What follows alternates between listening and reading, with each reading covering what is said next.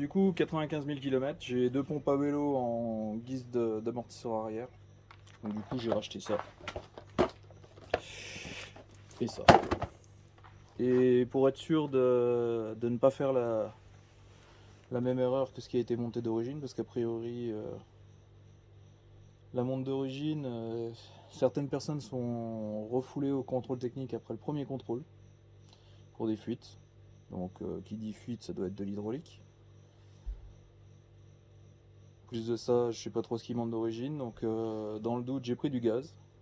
Et puis au niveau de la marque, j'ai pris du Bilstein, donc je pense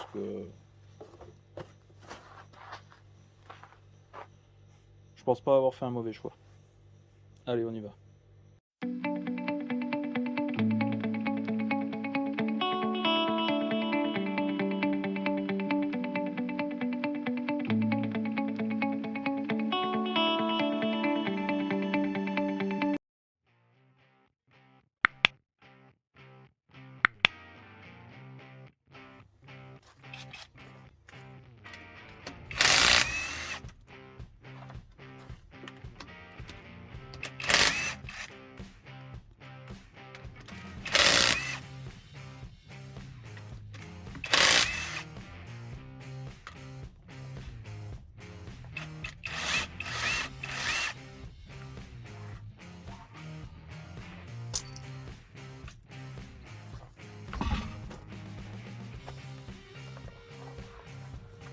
Donc petit coup de WD-40.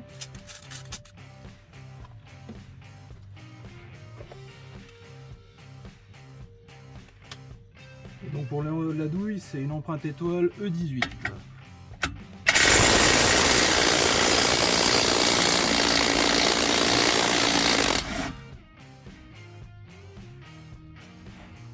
Là on soutient le train arrière avec un deuxième cri.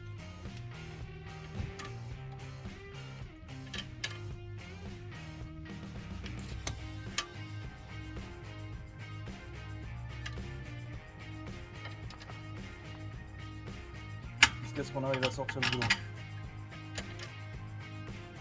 Ensuite il y a un petit paquet d'écrous en plastique comme ça. Enlever tout l'entourage. Alors ça se démonte avec une clé de 10. Donc du coup il y a 3 écrous en plastique, 4 écrous en plastique. Il y en a un situé de ce côté de l'amortisseur. Il y en a un au-dessus là, un en là. Et vous en avez un au-dessus ici. Là, du côté droit, vers l'intérieur. Et ensuite il y a encore des vis cruciformes, il y en a 6. Donc il y en a une au niveau du bas de caisse, juste en dessous là. Ici. Il y en a 2 à l'intérieur du pare-choc, dans le passage de roue, et il y en a encore 3 sous le pare-choc. Et du coup, après, il faut tirer un bon coup sec, et puis il y a tout le passage de roue qui sort. Et donc le dessus de l'amortisseur, on est sur du E14.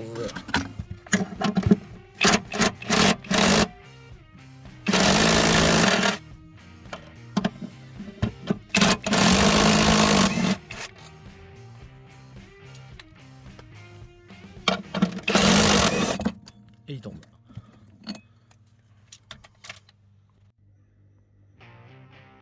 Donc là, surprise, surprise. Donc c'est du Mopar. Par contre, FSD Inside Powered by Koni. Alors pour les amateurs de Koni, je suis désolé, mais c'est de la merde. Alors pour la tête d'amortisseur, je suis désolé pour celui qui n'aura pas de clé à choc, parce que là, vu dans l'état où c'est, elle a 4 ans, 95 000 km. C'est quand même pas terrible.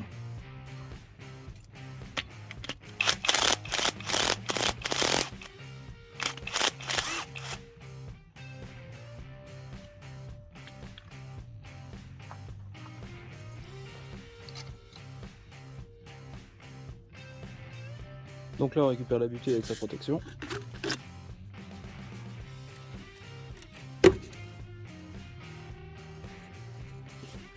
On la remonte sur l'amortisseur neuf.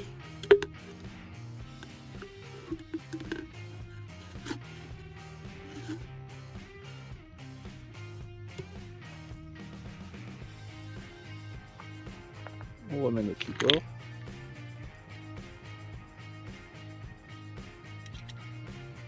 Écrou neuf. Et on resserre jusqu'à arriver en butée.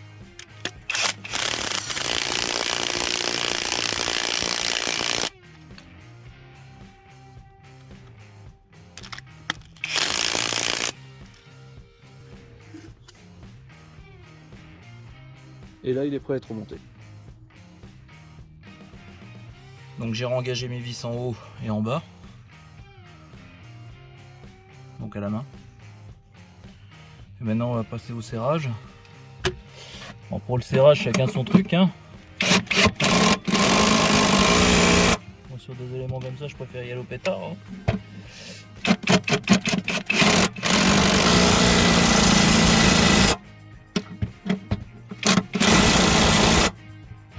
Moi je suis sûr que ça tienne.